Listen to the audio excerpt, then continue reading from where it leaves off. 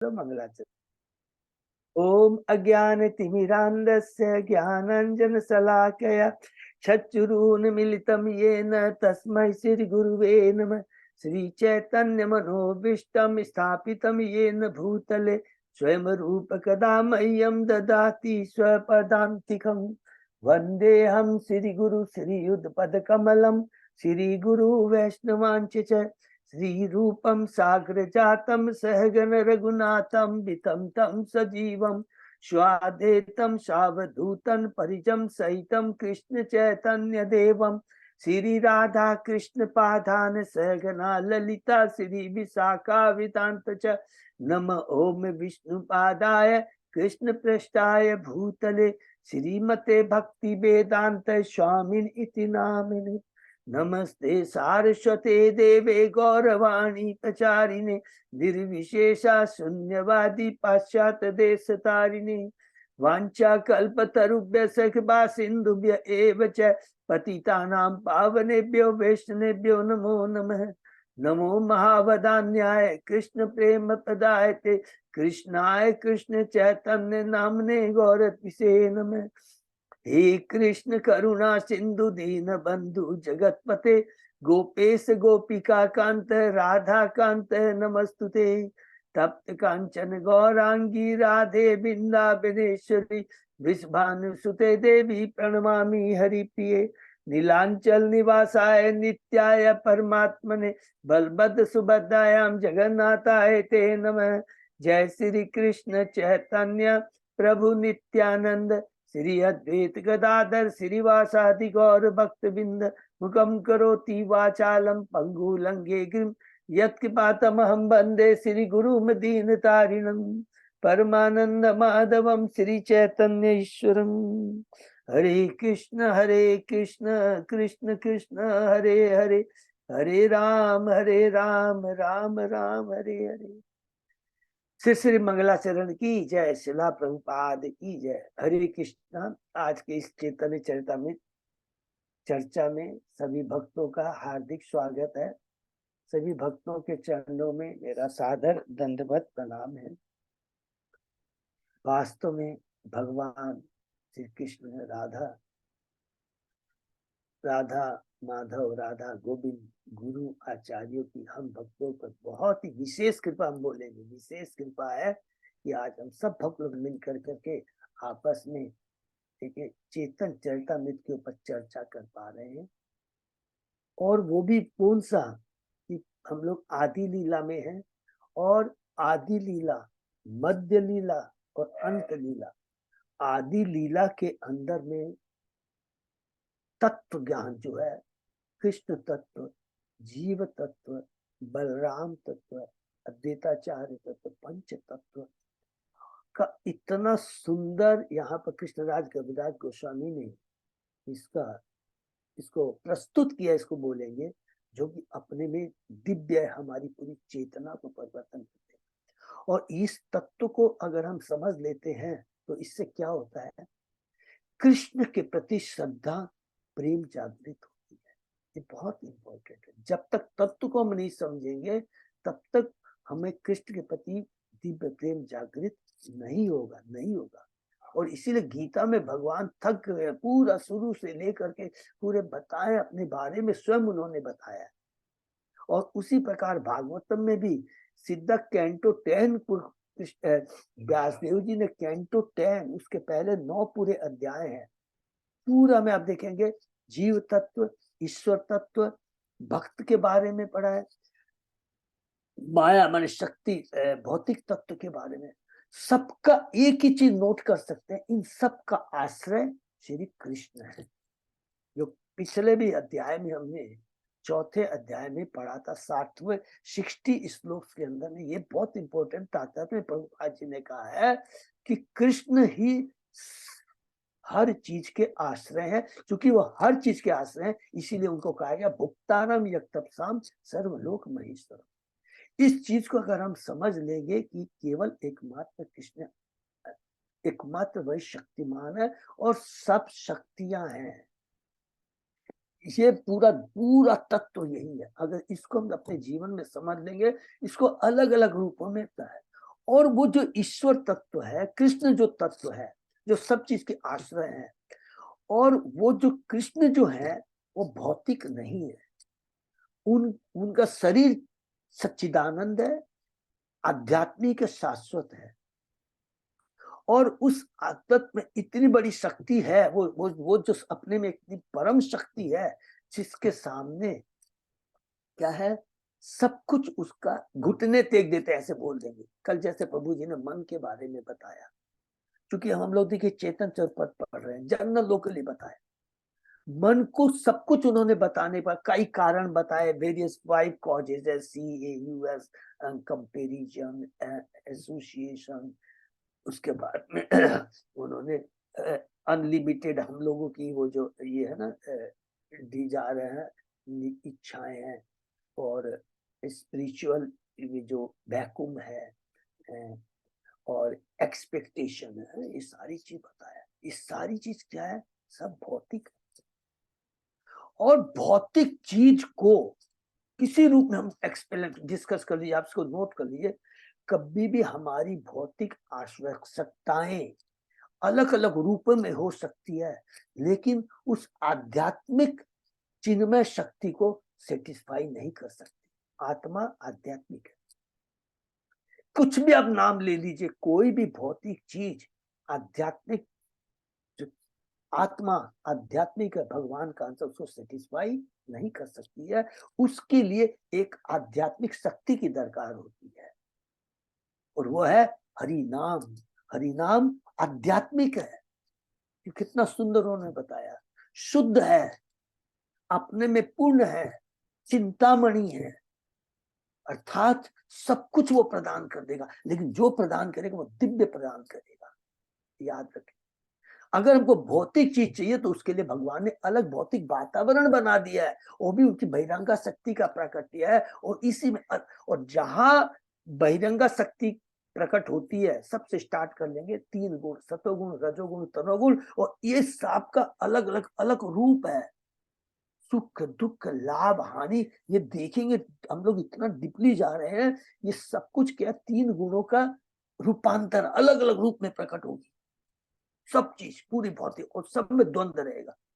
और ये तीनों जो गुण है किससे जुड़े हैं, प्रकृति से जुड़े हैं। और प्रकृति किसकी शक्ति है, भगवान की अंतरंगा सॉरी बहिरंगा शक्ति है।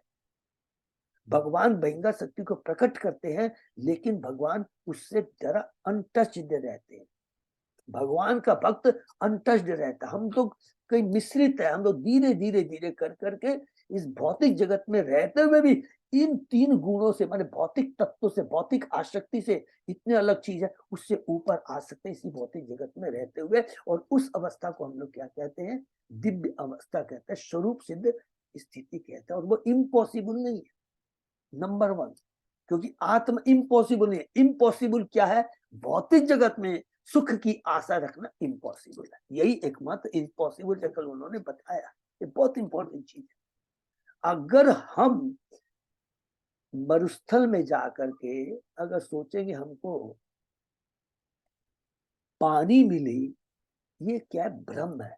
और भौतिक जगत का काम ही यही है, माया का काम क्या है, केवल भ्रमित करना।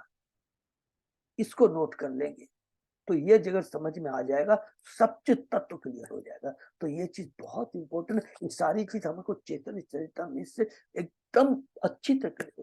तो अभी आदि लीला जो है बहुत पावर, इसको अगर हम समझ सक जाएंगे ना, तो आशा करते हैं हम लोग आपस में एक दिन मिलकर करेंगे तो कुछ जानने के योग्य नहीं रहेगा, खाली करने के योग्य रहेगा। करने के लिए रह जाए, वो करना क्या है, अपने जीवन में उतारना।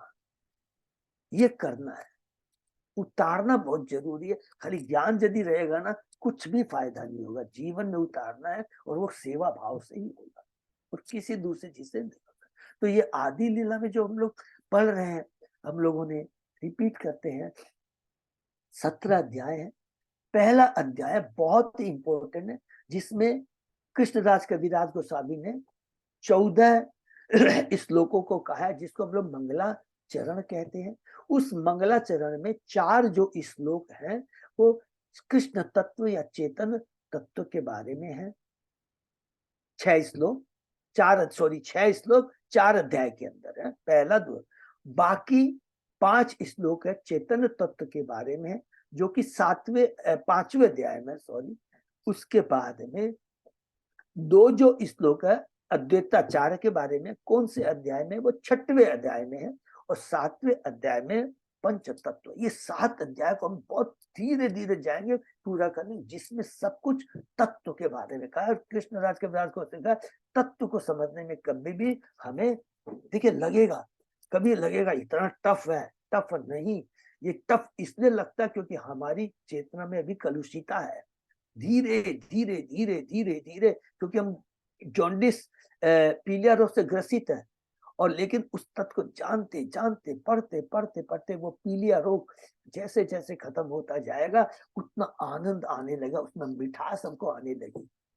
तो ये तो पहला अध्याय में हमने पढ़ा 14 श्लोक में से कौन से श्लोक, 2 श्लोकों के बारे में पढ़ा। वो क्या है, नमस्कार है, साधारण नमस्कार और विशेष नमस्कार। साधारण नमस्कार क्या है, भगवान को है, भगवान के भक्तों को है, ईश्वर को है, भगवान के अवतार है, भगवान के प्रकाश को है, भगवान की शक्तियों के बारे में है।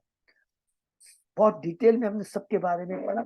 गुरु तत्व को इतना सुंदर जो हमने पढ़ा है, गुरु जो शक्ति तत्व है कौन है स्वयं भगवान। याद रखेंगे कृष्ण ही सब कुछ है, क्योंकि क्या खुद ही यहाँ पर लिखा है कि स्वयं कृष्ण अपनों को 6 रूप में प्रकट करते हैं। सबको याद है ना श्लोक नंबर, इसको भूलेंगे नहीं, इस श्लोक नंबर 32 से पहले अध्याय का है, तो सबको क्लियर हो जाएगा। उसमें स्वयं भगवान कहते हैं, इस चीज को हम याद रखेंगे तो बहुत अच्छा रहेगा। और उसके बारे में, गुरु के बारे में हमने पढ़ा। आदि गुरु जैसे है, ऐसे बोलेंगे, प्रथम ज्ञान किसको दिया है, ब्रह्मा जी को दिया। तो ब्रह्मा जी के पोजीशन को याद रखेंगे। ब्रह्मा जी का शरीर किससे बना, कल प्रभु बताया, बुद्धि से बना है। उनसे ज्यादा बुद्धिमान क्यों नहीं है, क्यों नहीं बुद्धिमान नहीं है, लॉजिक हर चीज के पीछे, क्योंकि स्वयं भगवान ने उनको ज्ञान दिया। प्रथम ज्ञान किसको दिया, भगवान ने ब्रह्मा जी को दिया। तो उनकी जो शरीर बना बुद्धि से बना हुआ है, उनके माध्यम से अलग अलग जो लीलाएं होती है वो अलग है। तो जब ये तत्व ज्ञान हो जाएगा ना, तो ब्रह्मा जी के बारे में हमको समझ में आ जाएगा। सपोज ब्रह्म विमोहन लीला हम डिस्कस कर रहे हैं, तो उस समय तत्व को क्या है, ब्रह्मा जी भगवान के प्रथम जीव है, प्रथम भगवान से उत्पन्न हुए, और प्रथम ज्ञान भगवान ने उनको दिया है। ये सारी जो लीला कर रहे हैं हम बद्ध जीवों को शिक्षा देने के लिए कर रहे हैं। तो ब्रह्मा के प्रति हमारा एक भाव, चेतना अलग चेंज हो जाएगी, ये हमेशा याद रखेंगे। और उस समय क्या होगा ना, कभी भी उनके प्रति नेगेटिव, थोड़ा भी नेगेटिव भाव आ जाता है ना, तो समझ लीजिए हम अभी भौतिक लेवल पे हैं। एक एक चीज को हमको समझना है। तो गुरु तत्व के बारे में बताया, शिक्षा गुरु, दीक्षा गुरु के बाद में पढ़ा, फिर भक्त के बारे में पढ़ा। निजी संगी हो, नवदीक्षित भक्ति होते हैं, 2 तरह के भक्त होते हैं। फिर ईश्वर के अवतार के बारे में हमने पढ़ा, अंश अवतार, गुण अवतार, शक्ति विशा। इसके अलावा भी 3 अवतार होते हैं। 6 के बारे में पुरुषा अवतार, मनवंतर अवतार, लीला अवतार, वो हम लोग सबको मालूम है, अलग से हम लोग पढ़ेंगे। फिर भगवान के बारे में बताया क्या कि प्रकाश, माने भगवान के क्या है, प्रकाश और विलास। प्रकाश मीन्स कृष्ण जो कि एक ही रूप में एक ही तरह के होते हैं, है? और दूसरा विलास है, एक खाली नाम याद रखेंगे सब, बलराम को याद रखेंगे, वो उनके प्रकाश है जो उनकी लीला में सहायता करते हैं। सत्य, ये सत्य है जो माने संधिनी शक्ति को धारण करते हैं बलराम। सत्य, जो चीज भी है शाश्वत है, सत्य है। बलराम है सारे ब्रह्मांड, सारे धाम को लेके आना, उनके माता पिता को लेके आना, भगवान की सारी साज सज्जन जो कुछ भी है, इतना ही छोड़ दीजिए ना। अभी हम लोग ने क्या पढ़ा, बलराम के माध्यम से सारे अवतार आते हैं, सब कुछ अवतार उनसे आता है। पुरुष अवतार, गर्भोत्थाई पुरुष, क्षीरोदक्षाई विष्णु, क्षीरोदय विष्णु से सारे अवतार, सब कुछ बलराम के माध्यम से ही आते हैं। प्रथम चतुर्वेद, द्वितीय चतुर्वेद, नारायण, सब कुछ देख लीजिए, ओरिजिन इसके क्या है, बलराम है। और अर्थात कृष्ण बलराम में कोई फर्क नहीं है, वो शक्ति नहीं है, वो उनके प्रकाश है। ये हमने पढ़ा। उसके बाद में हमने पढ़ा शक्तियों के बारे में, बहुत सुंदर पढ़ा था। बैकुंठ की रानियां, सॉरी, बैकुंठ की लक्ष्मी, द्वारका की रानियां और वृंदावन की गोपियां। और वृंदावन की गोपियों में भी क्या है, ब्रज की गोपियां, वृंदावन की जो गोपियां, उसमें सर्वोत्तम गोपियां सर्वोत्तम है, और उन गोपियों में सर्वोत्तम है, सबसे उत्तम है। माने कंपैरिजन जब करते हैं कैसे, थोड़ा भी confusion, suppose if you compare Lakshmi, रानियां द्वारका की और गोपियां, तो गोपियां सर्वोत्तम है तीनों में, गुड बेटर बेट। और उन सर्वेश्ठ जो गोपियां, उसमें भी सर्वश्रेष्ठ है राधा रानी, जो कि भगवान की अलादीनी शक्ति है। जो लास्ट हम लोग ने श्लोक पढ़ा था, ये बहुत ही अलादीनी शक्ति, लेकिन है कौन? कृष्ण की ही शक्ति है। और इसके बारे में, इसके बाद यही हमने पढ़ा। उसके बाद में हम लोग प्रवेश के दूसरे अध्याय में, इसमें अध्याय में क्या पढ़ा हम लोग ने? कृष्ण तत्व के बारे में पढ़ा। कृष्ण तत्व को इतना बढ़िया बताया। सबसे इंपॉर्टेंट ना ब्रह्म। बोलेंगे प्रभु ये तो बहुत सिंपल से, नहीं, ब्रह्म को जानने का मतलब है कि भगवान की ये जो हृदय से स्वरूप रूप शरीर से जो निकलती है वो शक्ति, जो रोशनी, क्या बोलते हैं, भगवान का तेज है, जो जो निकलता है वो भगवान। और केवल उसी को ही कौन है, ये इसलिए मैं बोल रहा हूँ कि निर्विशेषवादियों को, ये निर्विशेषवादी ज्ञानी केवल यहाँ तक जाते हैं। उसके बाद में परमात्मा के बारे में पढ़ा, उसके बाद में भगवान के बारे में पढ़ा। भगवान के बारे में हमने क्या पढ़ा? वो भगवान परव्योम में रहते हैं, वो भगवान लक्ष्मी नारायण, लक्ष्मी के पति हैं, जो सद ऐश्वर्य से युक्त है, उनके बराबर कोई नहीं है। फिर नारायण भी क्या है? ये बहुत कोई, कई बार हम लोग को क्वेश्चन आएंगे नारायण के बारे में, तो ये जो चेतन तत्व से बढ़कर कोई नहीं बता पाएगा। इसमें क्लियर लिखा है कि नारायण, लोग सोचते हैं 4 हाथ है और कृष्ण के तो केवल 2 ही हाथ है। नहीं, नारायण भी किससे है? कृष्ण से ही आते हैं। और किसके माध्यम से? रिपीट करते जाएंगे, बलराम। बलराम तत्व कितना बड़ा है, क्या सेवा किस तरह की जाती है, बलराम से सीखना है। ये चीज है, ये हमने पढ़ा इस दूसरे अध्याय के अंदर में, जरा भी किसी को अंदर। उसके बाद में हमने तीसरे अध्याय में पढ़ा यहाँ से कि भगवान के अवतार के बाह्य 3 कारण। तो ये हम लोगों ने पढ़ा था। पहला कारण है कृष्ण प्रेम प्रदान करना था। भगवान ने आनंद तो भोगा द्वापर युग में, दिव्य आनंद का तो अनुभव किया, लेकिन दिव्य आनंद को प्रदान नहीं किया। और ये भगवान की लीला है। और सबसे इंपॉर्टेंट पॉइंट क्या है? भगवान सब कुछ अपने माध्यम से दे सकता है, किसी के माध्यम से दे, लेकिन जो कृष्ण प्रेम, अपना प्रेम है, वो स्वयं प्रदान करते हैं। स्वयं प्रदान करते किसके माध्यम से? राधा रानी के माध्यम से। तो बोले प्रभु ये तो कंफ्यूजन है। बिल्कुल कंफ्यूजन नहीं है। इसीलिए भगवान चेतन महाप्रभु के रूप में आते हैं। और चेतन महाप्रभु का रूप कैसा है? भाव कैसा है? राधा रानी का। रूप कैसा है? राधा रानी का। इसीलिए राधा रानी भक्ति की खान है, जिनके माध्यम से कृष्ण को आनंद मिलता है, नंबर 1। और दूसरा, हम भक्तों की भक्ति का पोषण करती है, और कोई नहीं कर सकता है। तो ये पहला कारण कृष्ण प्रेम प्रदान करना था। दूसरा हमने पढ़ा था, बहुत सिंपल है, कि उस समय चूंकि कलयुग जा रहा, सॉरी, द्वापर युग खत्म हो रहा था, क्योंकि द्वापर युग के अंत में कृष्ण आए थे और तुरंत कलयुग शुरू होने वाला था। और कलयुग का युग धर्म क्या? नाम संकीर्तन। तो उसका प्रचार करना था। तो कहते हैं ना, जैसे कई बार कोई आप काम करने जाते हैं, अच्छा ये भी काम कर लेते हैं, चलो ये भी, लेकिन मुख्य काम के लिए निकलते हैं घर से, वो होता है मुख्य काम, और बीच में चलो ठीक है ये भी काम कर लेते हैं, ये भी कर लेते हैं। तो ये जो नाम, ये युग धर्म का प्रचार करना था, ये तो उनका क्या है? वो बाह्य कारण। और तीसरा, अद्वैताचार्य की पुकार। ठीक है ना, ये वाला। और इसी के अंदर में जो कल प्रभु ने बताया था, मेरे को याद आया, सबको याद आया होगा, कि हरि नाम को 100 करोड़ों अश्वमेघ यज्ञ से करने के बाद भी अगर उससे तुलसा करते हैं, तो उसको क्या कहते हैं? पाषंडी, नास्तिक, पाषंडी कहते हैं। ये हम लोगों ने ये यही से लिया गया है, तीसरे जो अध्याय से, जो कि कृष्णदास कविराज पंडित ने प्रस्तुत किया, ये हमने पढ़ा। चौथे अध्याय में हमने प्रवेश की है। शीर्षक है चेतन महापुरुष के प्राकट्य के आंतरिक कारण। तो 3 कारण है, जो कि हम लोगों ने शुरू में ही डिस्कस कर लिया, क्योंकि सब भक्त हम लोग सब बहुत अच्छे से इतनी भक्ति कर रहे हैं, तो शुरू में बोलने में कोई प्रॉब्लम नहीं है।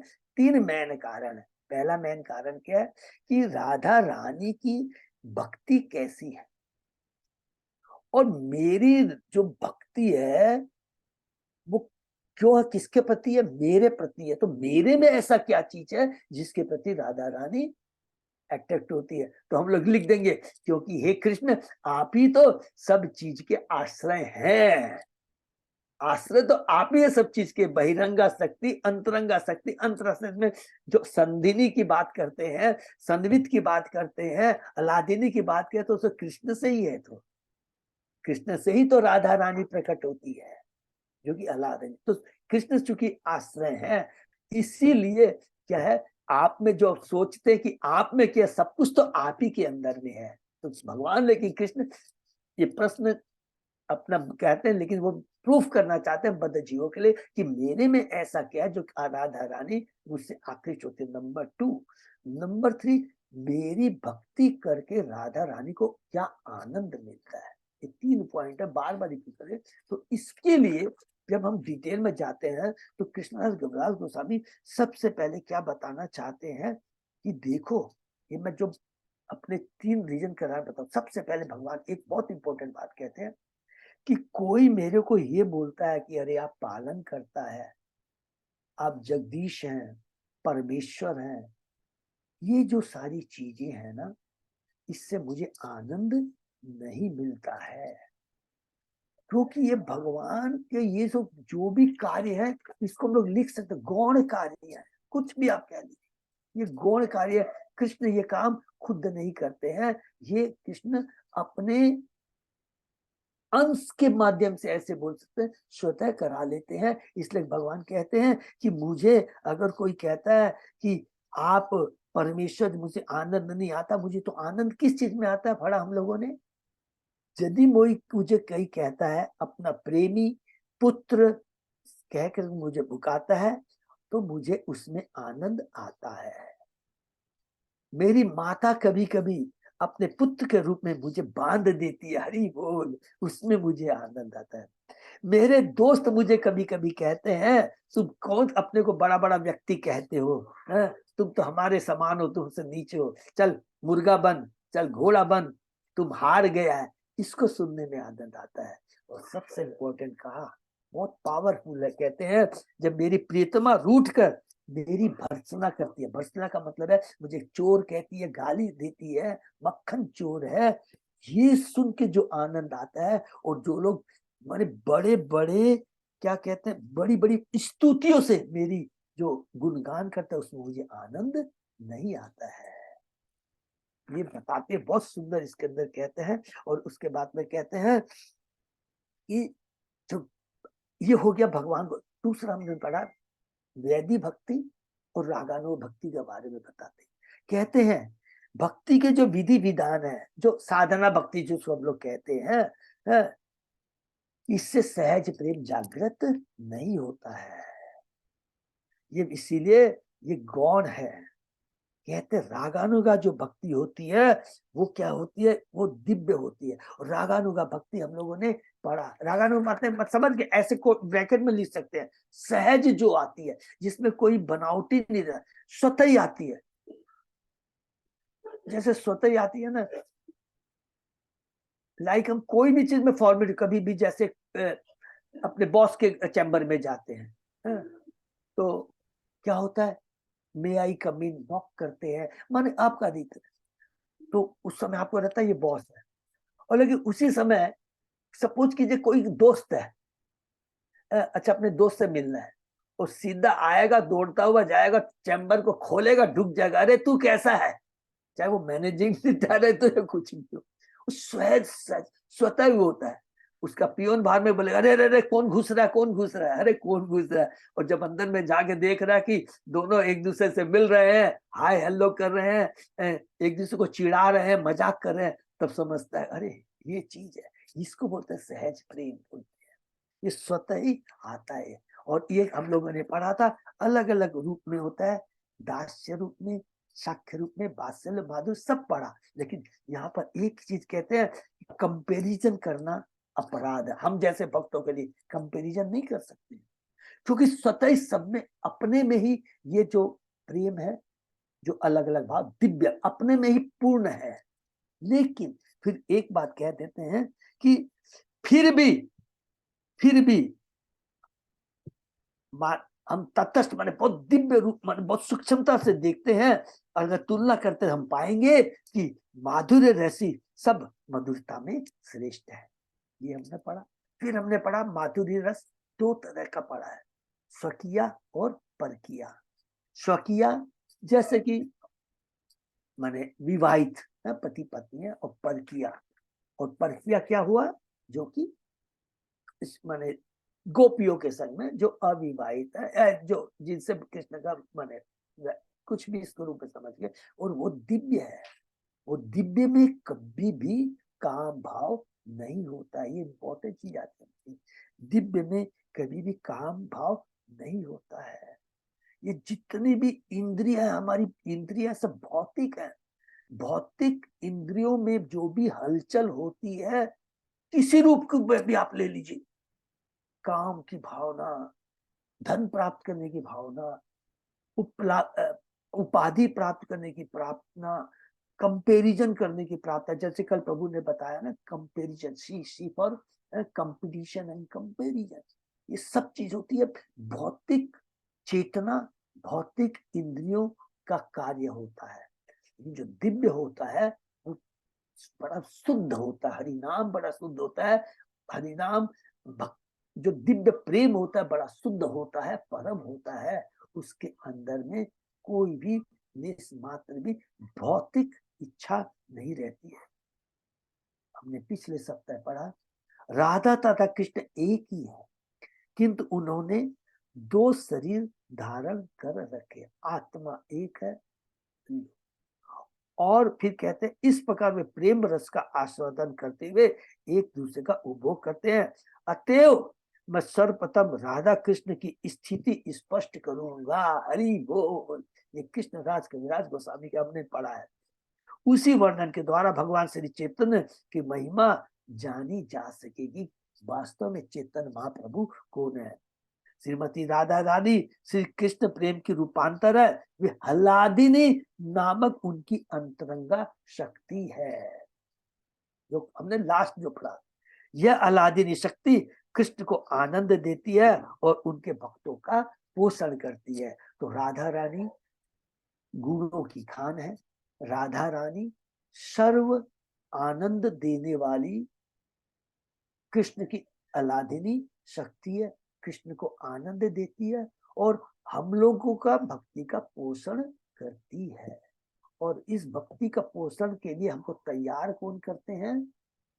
बलराम जी। वो आदि गुरु है। अपनी सेवा के भाव से समझाते हैं कैसे कृष्ण की सेवा की जाए, इसलिए सेवा के मामले में वो आदि गुरु है। और भक्ति कैसी होनी चाहिए, और हम कृष्ण प्रेम को प्राप्त करने के लिए, माने कृष्ण की प्रेम, कृष्ण के प्रति प्रेम प्राप्त करने के लिए माध्यम है राधा रानी। बिना राधा रानी, अर्थात संक्षेप में बोल सकते हैं, बिना बलराम और राधा रानी के हम कृष्ण तक नहीं पहुंच सकते। बहुत सिंपल कैलकुलेशन है कुछ। तो उसके बाद प्रभु हम लोगों ने कहा तक 60 तक पढ़ा था ना अजय प्रताप को? हाँ प्रभु जी, 61 से करेंगे आज। तो आज पढ़ते हैं ये। और धीरे धीरे अभी देखिए, कहीं भी ये नहीं आया, पहला हम लोग ने जो किया कहीं भी आया भगवान के अवतार के अंतरंग कारण, जो 3 कारण है अभी तक नहीं आया। अभी क्या है, जैसे हम लोग डिस्कस किए ना, बहुत अच्छा एग्जाम्पल है ये, मैंने सुना था या पढ़ा भी था, पता नहीं याद है। अभी जो 3 कारण है, वो सूर्य का जो 12 बजे का जो प्रकाश होता है ना, दीप प्रकाश, उसके बराबर है। अभी तो जो सुबह 6 बजे सूर्य उठता है ना, वो लालिमा दिखाई देता है, उसके बारे में बात कर रहे हैं। ठीक है ना? तो हम लोग उसके आगे, ओम नमो भगवते वासुदेवाय, ओम नमो भगवते वासुदेवाय, ओम नमो भगवते वासुदेवाय। श्लोक नंबर 61। सच्चिदानंद पूर्ण कृष्ण स्वरूप एक ही चिच्छक, एक ही चित्त शक्ति, एक ही चित्त शक्ति तार धौरे 3 रूप। देखिए बहुत इंपॉर्टेंट, एक ही चित्त शक्ति, अंतरंगा शक्ति है, लेकिन उसके 3 रूप हैं। भगवान कृष्ण का शरीर शाश्वत, सत्य, ज्ञानमय, चित्त तथा आनंद से पूर्ण सच्चिदानंद है। उनकी एक ही आध्यात्मिक शक्ति 3 रूपों में प्रकट होती है। एक ही आध्यात्मिक शक्ति, एक ही अंतरंगा शक्ति 3 रूपों में प्रकट होती है। सत्य, चित्त, आनंद, संविद, संधिनी, संवित और अल्लादिनी। मेरे को विश्वास है कि अब किसी को भी कहीं भी प्रॉब्लम करो 3 शक्तियों के बारे में, सत्य मीन संधिनी लिख भी सकते हैं। चित्त का मतलब है संवित और आनंद अलादिनी, ये 3 है। एक ही शक्ति अंतरंगा शक्ति, और अंतरंगा शक्ति को भगवान किस प्रकार एक्टिविटी, देखिए हम लोगों ने भागवतम में जो पढ़ा था ना, ब्रह्मा जी कहते हैं कि मुझे भगवान की शक्तियों के बारे में बताइए। दूसरा प्रश्न था ना, ब्रह्मा जी के क्या प्रश्न थे? 4 प्रश्न थे, चौथा तो रिक्वेस्ट है। पहला प्रश्न क्या था कि मुझे भगवान के भौतिक और आध्यात्मिक रूपों के बारे में बताइए। तो बहिरंगा, और हमने पढ़ा था ये भौतिक जगत है, भगवान की बहिरंगा। दूसरा बताया था मुझे भगवान की शक्ति के बारे में बताइए। दूसरा, तीसरा बोला था भगवान अपनी शक्ति के माध्यम से क्या करते हैं वो बताइए। तो भगवान की जो अंतरंगा शक्ति के माध्यम से भगवान क्या करते हैं, भगवान के अंदर शक्ति में भगवान एक्टिविटी करने के लिए भगवान को क्या करना था, योग माया के माध्यम से योग। और बहिरंगा शक्ति किसके अंडर में रहती है, महामाया, योग माया। तो योग माया के माध्यम से भगवान अपनी अंतरंगा शक्ति के माध्यम से कार्य करते हैं। जितनी भी भगवान लीला करते हैं, जितनी भी वृंदावन में हुई है, वो योग माया को इंस्ट्रक्शन देती है कि देखो मैं ये लीला करने जा रहा हूँ, मेरी प्रभुत्व, मैं भगवान हूँ, मुझे भुला देना। हमारे लिए नहीं, भगवान भक्त को भी भुला देते हैं। नहीं तो भगवान का भक्त भी लीला नहीं कर सकता। ब्रह्मा जी को बोला गया तुम ब्रह्म विनोद लीला करो, नहीं कर सकता। भगवान के परम भक्त हैं, सोच भी नहीं सकता है कि भगवान के बछड़ों को चुरा लिया। नहीं, उनको भी योग माया भ्रमित करती है। ये भगवत इच्छा से होता है। ये सब बहुत तत्व सूक्ष्म ज्ञान रहेगा तो बहुत अच्छा हमको समझ में आएगा।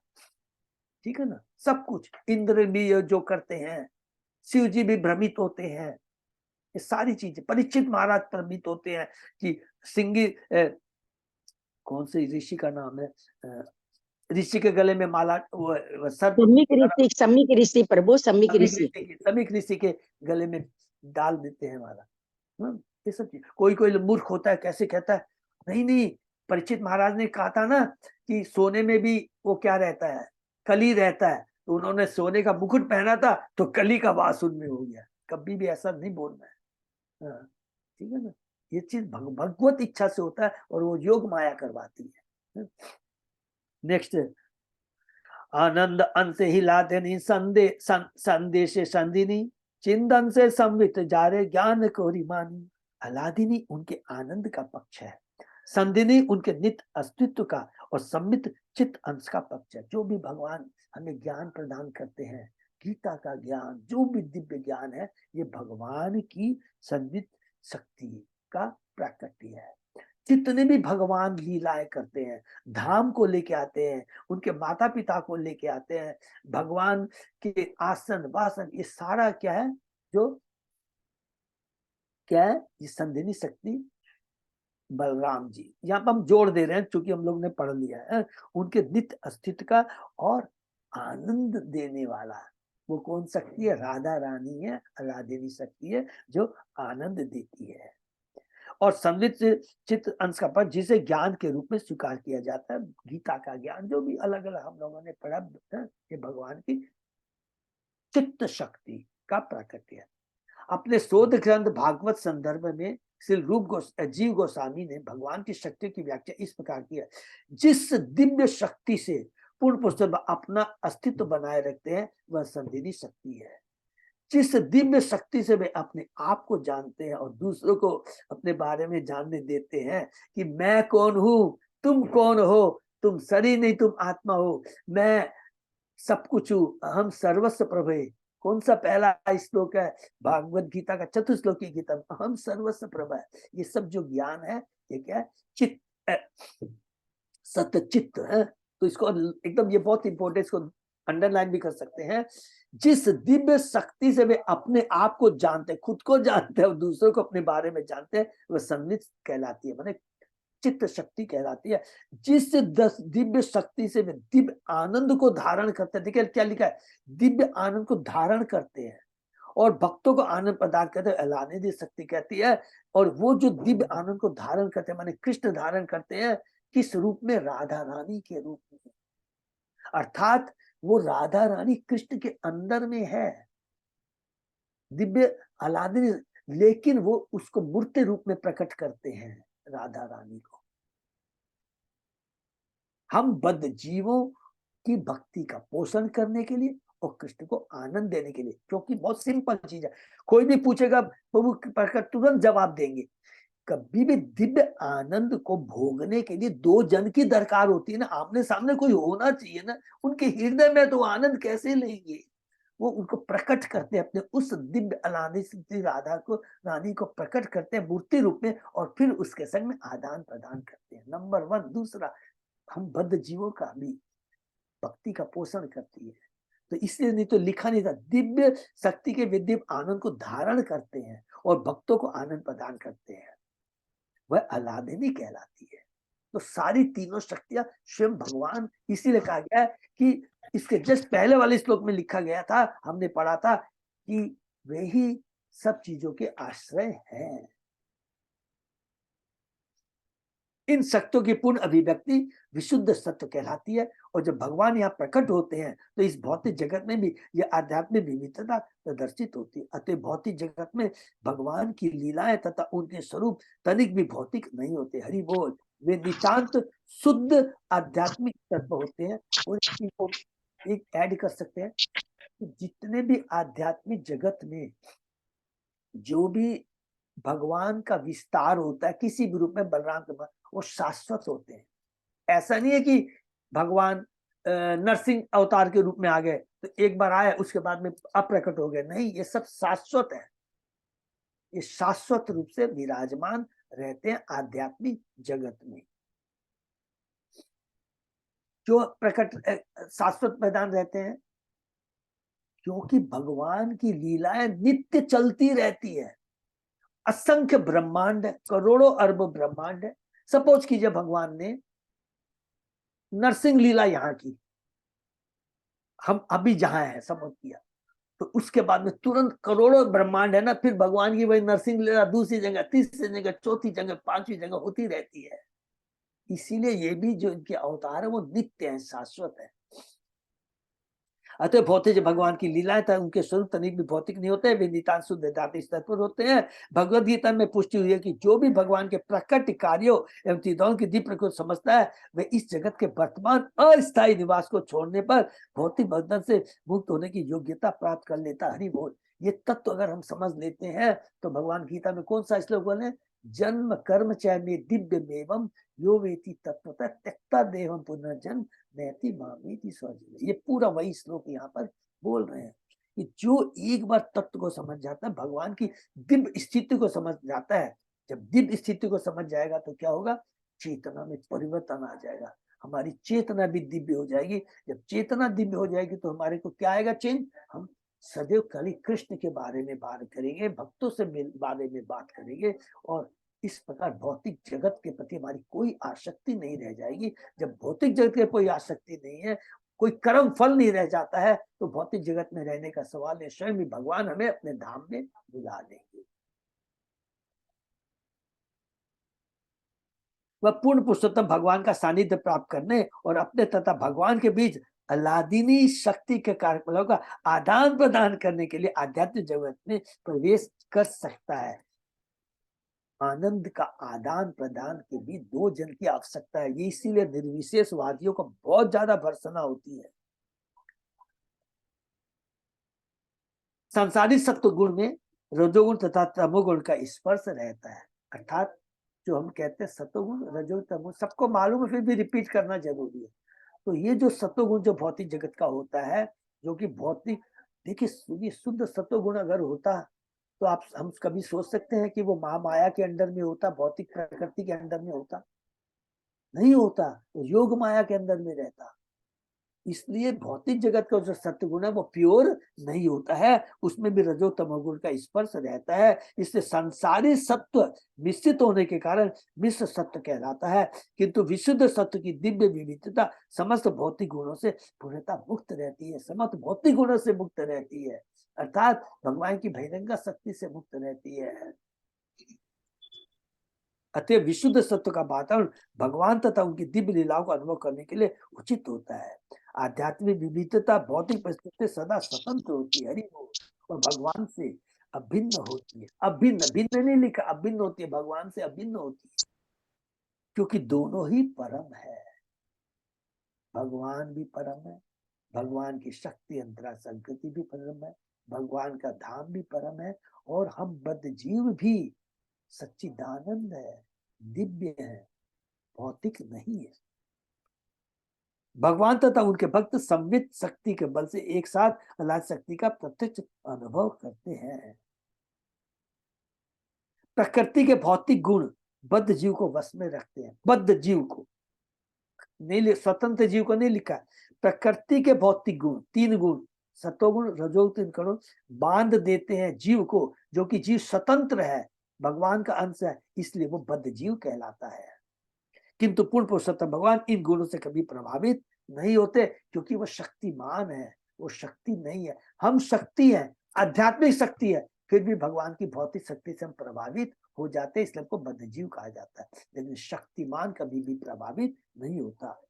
जैसा कि सभी वैदिक ग्रंथ प्रत्यक्ष तथा अप्रत्यक्ष रूप से पुष्टि करते हैं, स्वयं भगवान कृष्ण श्रीमद् भागवत के 11वें स्कंद में कहता है, सत्यम रजस्तम इति गुणा जीवस्य नैवलिक।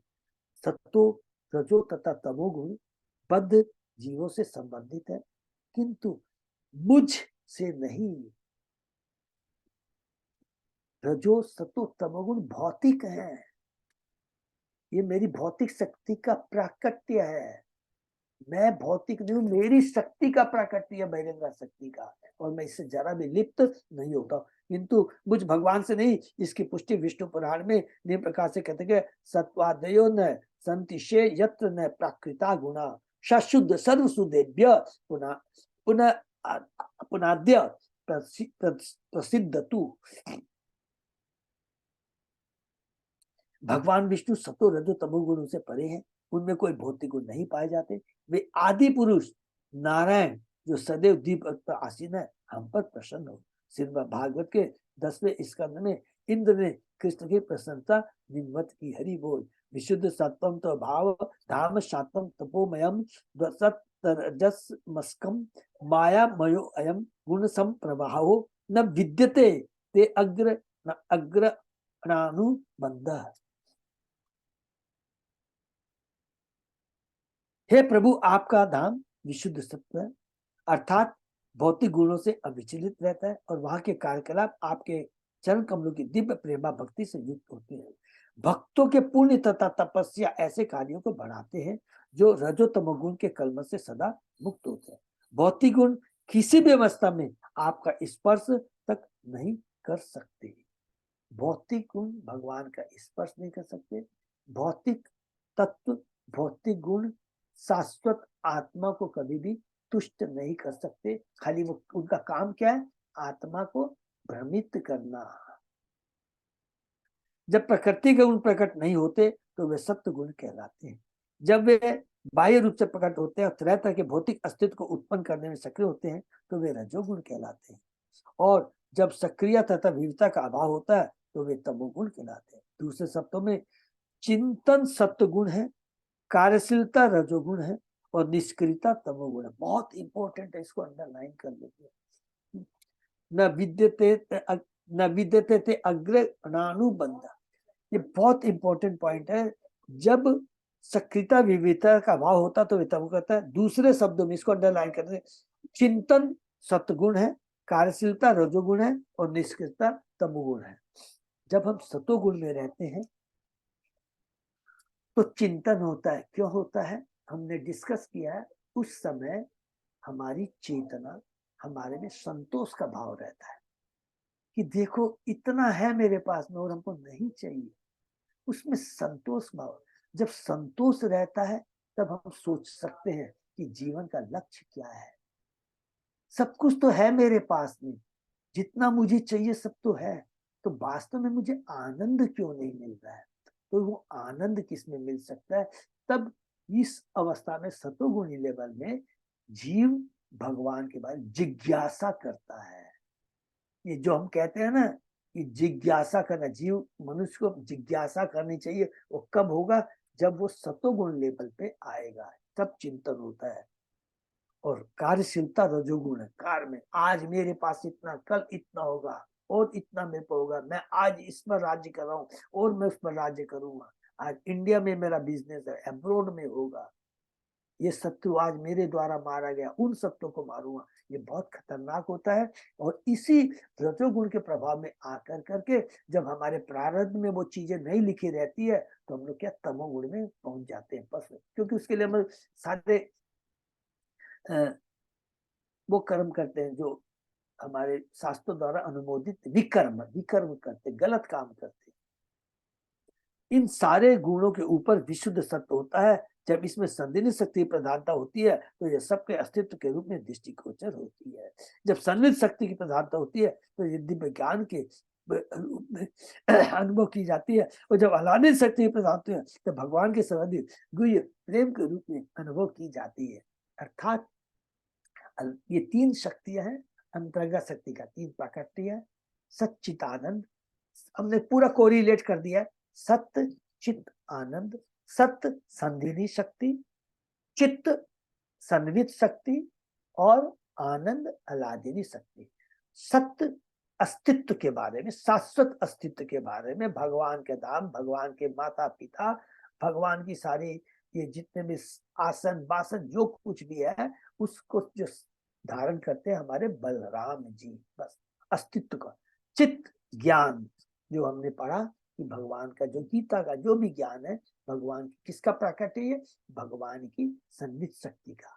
आनंद, वो भगवान की कौन सी शक्ति का प्राकट्य है? अलादिनी शक्ति राधा।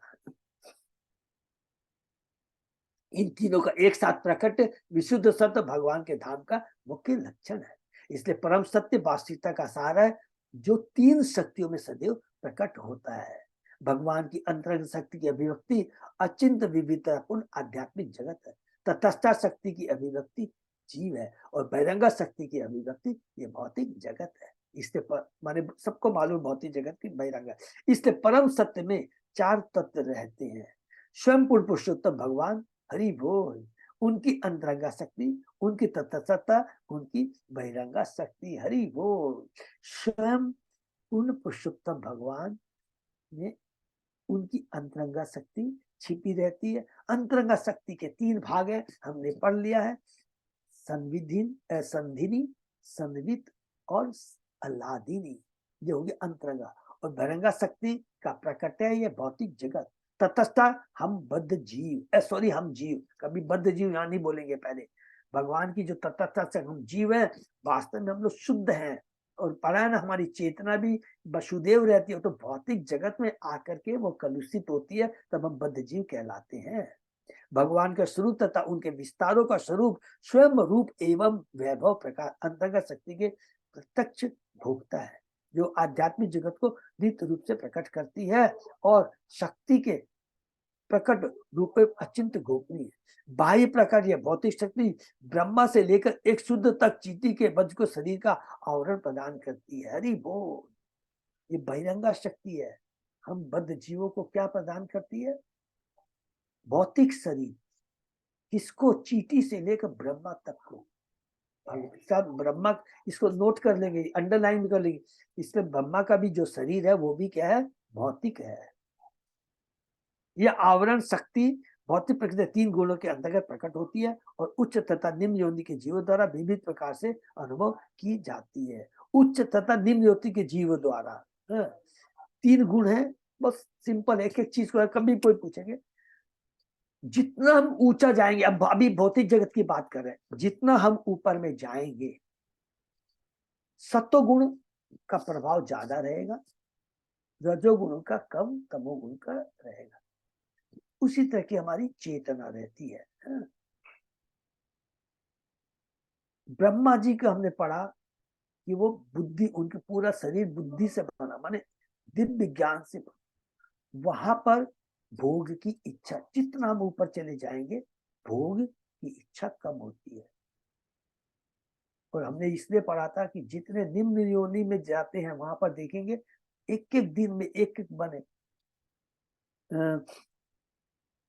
एक सांप को ले लीजिए, मैंने अलग अलग तरह के योनियां एक एक संग में एक एक बार में वो सौ हजार हजार बच्चे पैदा करते हैं। ब्रह्म लोक में नहीं है, स्वर्ग लोक में भी एकमात्र पूरा जितना सपोज करके जितना दिन उनका स्वर्ग लोक में लिखा है, एक बार माताएं केवल प्रेग्नेंट होती, एक बार ओनली वंस। माने धीरे धीरे वो कम होता चला जाता लेकिन रहता है, इसीलिए उसको मिश्रित कहा गया है, मिश्रित, शुद्ध नहीं कहा गया, ठीक है ना। अंतरंग शक्ति के तीनों विभागों संधिनी संवित लय शक्तियों में प्रत्येक विभाग बहिरंग शक्तियों में से किसी एक को प्रभावित करता है, जिससे बद्ध जीव क्रियाशील रहते हैं। ऐसा प्रभाव भौतिक प्रकृति के तीन गुणों को प्रकट करता है, जिससे यह निश्चित सिद्ध होता है कि सारे जीव जो तत्व शक्ति भगवान के नित्य सेवक अतः वे अंतरंग अथवा बहिरंग शक्ति द्वारा नियंत्रित होते हैं। जो अंतरंग शक्ति द्वारा प्रभावित होते हैं उनमें कोई भी जरा भी, याद रखें क्या लिखा है, अंतरंगत भयंकर द्वारा नियंत्रित होते हैं। अंतरंग शक्ति द्वारा नियंत्रित कौन होता है? जो भगवत इच्छा से होता है, जो भी हमने डिस्कस किया है। ये हम कभी कहते हैं ब्रह्मा जी की बुद्धि है, ये अंतरंगा शक्ति का प्राकट्य है। और बहिरंगा शक्ति नियंत्रण करती है जब हमारी भौतिक इच्छाएं होती है, भौतिक इच्छा भोगने की इच्छा होती है, तब भगवान हमको किसके अंदर में डाल देते हैं? बहिरंगा शक्ति के अंदर में डाल देते हैं। अलादिनी संदिनी संवित त्वयि एका सर्व संस्थितो याद ताप करी मिश्रा त्वयि नो गुण वर्जिते। ये हे प्रभु आप सबके आश्रय हैं, फिर से इसको अंडरलाइन कर देंगे, इतना कृष्ण, हे प्रभु आप सबके आश्रय हैं, सबके आश्रय कृष्ण है। अलादिनी संदिनीता संवित, ये तीनों आपके एक ही आध्यात्मिक शक्ति के रूप में है, अंतरंगा शक्ति के, किंतु सुख दुख तथा इन दोनों के मिश्रण को उत्पन्न करने वाले भौतिक गुण आप में नहीं पाए जाते, बल्कि आप ही उनका आश्रय प्राकट्य, लेकिन आप में नहीं पाए क्योंकि आप में भौतिक गुण नहीं होते। आप भौतिक गुण का प्राकट्य करते अपनी बहिरंगा शक्ति के माध्यम से, लेकिन स्वयं प्रभावित नहीं होते। यह श्लोक विष्णु पुराण से लिखा है। और सेम यही चीज बात हम लोगों ने 60 नंबर श्लोक में कहा है। एक ही चीज लिखा, देखिए हे प्रभु आप सबके आश्रय, उसमें भी ये लिखा है, तात्पर्य में प्रभुपाद जी ने लिखा है। ये बहुत इंपॉर्टेंट चीज है कि आप ही सब चीज के आश्रय है, सब चीज के स्रोत आपसे है। तो हमने क्या पढ़ा था, भगवान ने क्या कहा था, जस्ट 1 मिनट लगेगा। अगर कोई ये समझे कोई चीज का अस्तित्व मेरे बिना अगर कोई कहता है तो वो भ्रम में है, माया में है। मेरे बिना कोई चीज का अस्तित्व हो ही नहीं सकता, अर्थात सब चीज के आश्रय कृष्ण है। जी बोला संधि, सॉरी टाइम प्रभु, एक ये वाला श्लोक ये विराम दे देते हैं तो, क्योंकि ये पूरा बहुत इसमें सारा चीज इतना एक अच्छा, एक चीज सबसे बड़ी मजे की बात यहाँ पर आप देखेंगे, हम लोग पढ़ते जाएंगे, बोले प्रभु आपने पिछले बार भी तो यही बोला। कृष्णराज कविराज गोस्वामी ने इतना तो एक ही चीज को संधिनी सन्निधि सबको बार बार रिपीट करेंगे, वो बार बार रिपीट करेंगे कि कृष्ण ही सब चीज के आश्रय है। किसके बारे में बता रहे? कृष्ण तत्व को बता रहे हैं। और अल्टीमेटली वही कृष्ण चैतन्य महाप्रभु है, जो कि राधा रानी का भाव लेकर करके, उनकी कांति लेकर के प्रकट हुए हैं। कारण क्या है?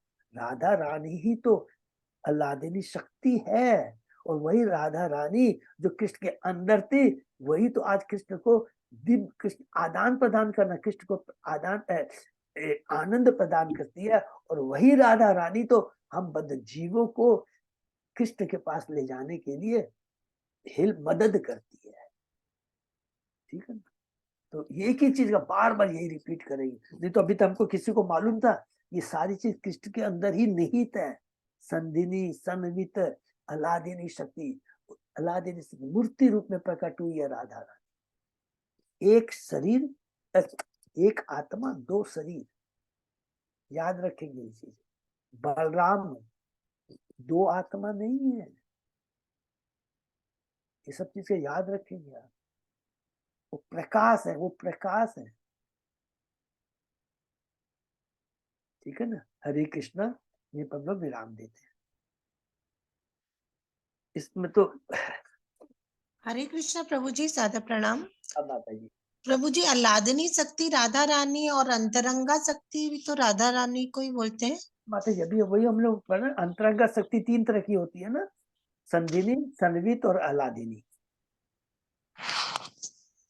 हाँ प्रभु जी। मैंने 2000 का रुपए का नोट है, उसमें 200 का नोट, 500 का नोट, 100 का नोट है तो 2000 से निकले है ना माता, ठीक है ना। हरे कृष्णा। और कोई प्रश्न? और इसको जितना हम पढ़ेंगे, जितना पढ़ते जाएंगे, देखिए उतना ही हम लोग को और समझ में आएगा, क्योंकि ये वाला बहुत, ये जो चैप्टर है, और पांचवा चैप्टर, पांचवा ये जो जिसमें हमने कृष्ण तत्व तो यहाँ समझ लीजिए पूरा है, उसके बाद में जो पांचवा अध्याय में जाएंगे बलराम तत्व। और ये 7 अध्याय अगर हम समझ पाए, अच्छे से कर पाए, कृष्ण की कृपा, बिना कृष्ण की कृपा के कुछ एक पत्ता भी नहीं हिला, कुछ भी नहीं कर पाएंगे। इसीलिए हम लोग को पहले भी हमेशा मंगलाचरण कर करके, कुछ भी हम करने जाए, कोई भी हम आध्यात्मिक क्लास लेने जाए, कि मेरी सब भक्तों से प्रार्थना है कि बुद्धि, शक्ति, एकाग्रचित्तता कृष्ण से प्राप्त करके, गुरु से प्राप्त करके ही हमको स्टार्ट करना चाहिए। नहीं तो एक शब्द भी नहीं बोल पाएंगे, ना हम समझ पाएंगे, ना आपस में चर्चा कर पाएंगे। ये बहुत इंपॉर्टेंट है, ठीक है ना। इसीलिए हम लोग को मंगलाचरण बहुत इंपॉर्टेंट है। तो जब भी हम क्लास करें तो मंगलाचरण हम लोग आपस में मिलकर जरूर एक साथ में करना चाहिए, है? ऐसा नहीं कि हम डायरेक्ट खाली शुरू कर दें। ये बहुत इंपॉर्टेंट शिक्षा है। हरे कृष्णा। एक विराम देते हैं। और अजय पोदार प्रभु, हाँ खाली प्रभु। सभी भक्तों से एक ही है, मेरा रिक्वेस्ट है कि मेरी बहुत इच्छा हो गई, जब से कल मैं उनसे पूछा ना, खाली आधा मिनट लूंगा कि प्रभु क्या हुआ। उस समय क्या हो रहा था कि मैं मंदिर में था, उस समय 9 बज रहे थे, और प्रभु 9:45 निकलने वाले थे, और इनका फोन आ रहा बार बार मेरे पास में, इनका राधापति बंसीधारी प्रभु, प्रभु लेट हो रहा है, लेट हो रहा है, मैं बोल नहीं पा रहा हूँ, प्रभु उतर नहीं रहे। तो जैसे प्रभु उतरे, पहली बार मैं उनसे मिल रहा था, पहली बार उनको मैंने देखा था, तो गोपाल प्रभु की कृपा है, उनसे बात की। प्रभु मेरा क्या हुआ, मैं घड़ी देख लिया। प्रभु बोले, हाँ प्रभु मैं जानता हूँ बहुत लेट हो गया हूँ मैं, लेकिन देखिए ये कारण है। बोला प्रभु क्या कारण था, मैं भी हंसने लग गया। तो उन्होंने कहा प्रभु मैं क्या किया ना, मैंने आज बहुत बड़ा काम किया। तो बहुत बच्चे की तरह बात की। मैंने क्या बड़ा काम किया वो बताइए तो सही। आज मैंने पूरा ऑनलाइन में पूरे हमारे जितने भी ग्रुप है सबको काम दे दिया। आज एक रविवार है ना, कम सबको काम दे दिया, कोई बहाना भी नहीं मारेगा कि मैं बिजी था। मतलब क्या, तो बुक डिस्ट्रीब्यूशन का एक एक ग्रुप को 1,000 बुक्स डिस्ट्रीब्यूशन का मैंने काम दिया आज। अरे मैंने कहा तुम जो चाहे मेट्रो रोल में जाओ, चाहे मॉल में जाओ, चाहे किसी के घर में जाओ, या सड़क पे रहो, तुमको ये अचीव करके देना है। ये देखिए, हिज होलीनेस गोपाल कृष्ण महाराज। एक और एक मैंने देखा, भक्ति चारू महाराज। भक्ति चारू महाराज को कृष्ण प्रभुपाद जी ने कहा था नेवर लीव इस्कॉन, और वो बार बार रिपीट करते थे भक्ति चारू महाराज। मैं उनसे बहुत, मेरा कम एसोसिएशन रहा, लेकिन वो अपने लेक्चर में बोलते थे कि मैं उस चीज को पकड़ के रखता हूँ। प्रभुपाद जी ने कहा था नेवर लीव इस्कॉन, और ये चीज हम सबको भी याद रखना। कुछ भी आ जाए, माया हमेशा दौड़ाई, अरे यार ये इतनी घमंड करेगा नहीं। हम कृष्ण प्रभुपाद को रिप्रेजेंट कर रहे हैं, और उसमें उनके जो भी अनुयायी, किसी की कम बेसी हो सकती है, उसको ज्यादा डिस्कस नहीं करना। लेकिन याद रखना प्रभुपाद जी क्या है, भगवान की अंतरंगा शक्ति है, शक्त्यावेश अवतार है। तो उनको पास, और उनका एक ही चित्र था जो उन्होंने प्राप्त किया था, किसे, भक्ति सिद्धांत सरस्वती ठाकुर। कुछ भी हो तुम बुक्स लिखना, और प्रभुपाद जी ने उनके आशीर्वाद से बुक्स लिखा। और इसलिए प्रभुपाद जी घमंड नहीं करते हैं, मेरी बुक्स को पढ़ो डिस्ट्रीब्यूशन, अर्थात ये भगवान की वाणी है, मुझे शक्ति मिली अपने गुरु से, वही चीज मैंने अपनी बुक्स में दिया है, प्लीज इसको प्रचार करके अपने जीवन को धन्य करो। तो प्रभुपाद को हम ध्यान में रखेंगे ना, तो कभी भी हमारा कंफ्यूजन नहीं होंगे।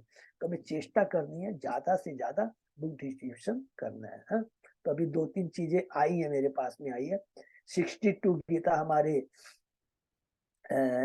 कृष्णदास, कार्तिक नाथ कृष्णदास प्रभु के, अमित प्रभु उनके ग्रुप में है, उन्होंने किया है। तो कल 26 गीता रश्मि माता जी को उन्होंने दिया है। तो इसी तरह नेथ्रोसिटी से प्रभु जी 31 गीता जी कर दीजिएगा, 1 इंग्लिश 30 हिंदी। हरी बोल माता जी, थोड़ा सा वो उसमें व्हाट्सएप में दे दीजिएगा हाँ प्लीज। प्रभु जी। हाँ, तो अच्छा रहेगा, तो प्रभु भी नोट कर लेंगे जय पौधा। फिर मैं क्या करूंगा ना, एक संगीत, और आजकल में भी वो आ रहे हैं, मेरे साथ मैसेज आया है, सुंदर गोविंद दास प्रभु, तो भी आएंगे। तो उनको वो कैसे, तो उनको उसमें भी हम कुछ भेज सकते हैं कुछ, जैसे प्रभु ने बताया आज जय पौधा प्रभु ने, अयोध्या वगैरह के लिए भी काफी लोग इस बार उधर में जाएगा, तो वो भी बहुत जरूरी है, क्योंकि ये तो मौका बार बार नहीं मिलेगा। लेकिन हमको क्या है, सब जगह जाता हमको क्या करना है, मेरे तो थोड़ा दिमाग में आया कि ठीक है भाई, 2 जगह की जगह हम 4 गीता कर देंगे। एग्जाम्पल देके बता रहा हूँ, उधर भी हो गया। अब सब अपनी कैपेसिटी के अनुसार, और क्या है, हाँ? तो इसमें ज्यादा सोचना ही नहीं है। प्रभु जी, मैंने सबको अपने क्लास में संकल्प दिलाया है 5-5 गीता का, कि सब 5 गीता लेंगे, खुद एक रखेंगे और 4 दान करेंगे। हरी बोल, बहुत अच्छा है। तो करना है, हम लोग के पास समय बहुत कम है, समय नहीं अभी, सॉरी ज्यादा, आज 18, हाँ अभी भी काफी है, 15 जनवरी तक है। एक्चुअली देना भी है और सबको बोलना भी है कि पढ़े भी। पढ़े भी, हरी बोल, ये बहुत बहुत जरूरी सुंदर कहा प्रभु ने, पढ़े भी, यस, पढ़े भी। हाँ, के और जो लिखे यदि हुए समय मिले तात्पर्य ना, को पढ़ना बहुत जरूरी है। और प्रभु समय भी मिले ना, तो क्या होता है ना, बीच बीच में पूछ भी सकते हैं, पता नहीं कितने के, सबके पास कितने है, प्रभु आपने गीता ली थी, पढ़े, तो उससे क्या उत्साह मिलेगा, अरे देखो मेरे बारे में इतना वो सिंसियर है, यही मौका है। थ्रू आउट द ईयर तो याद नहीं दिला पाएंगे, अभी तो प्रभु आपने गीता ली थी, आपने पढ़ा किया, 100 में से आप 10 जन से 15 जन से पूछ सकते हैं। तो वैसे भी वो लोग जब पढ़ेंगे प्रभुपाद जी का, जो एक बार में, कल प्रभु ने बोला था ना, रवि लोचन प्रभु ने, एक बार वो अच्छे से हृदय से पढ़ लेगा, 110% वो कृष्ण भक्त बनना ही बनना है, इसमें कोई दो राय नहीं, बन जाएगा। ठीक है, हरे कृष्ण प्रभु जी, दंडवत प्रणाम। हाँ अब प्रभु जी, वो एक डॉक्टर सोमा मुखर्जी हैं, वो 11 बंगला करना चाहती है डोनेट, लेकिन उनको मतलब ऑनलाइन में मतलब पेमेंट करना चाहती है, तो कोई पेटीएम नंबर या कुछ है? माता जी है ना, मैंने, अच्छा वो आपने नहीं देखा? नहीं, हाँ, आप नहीं आया मेरे पास मैसेज, तो प्लीज भेज दीजिएगा। और 11 गीता मेरी तरफ से, ऐसे 22 गीता आप कर लीजिए। हरी बोल, हरी बोल।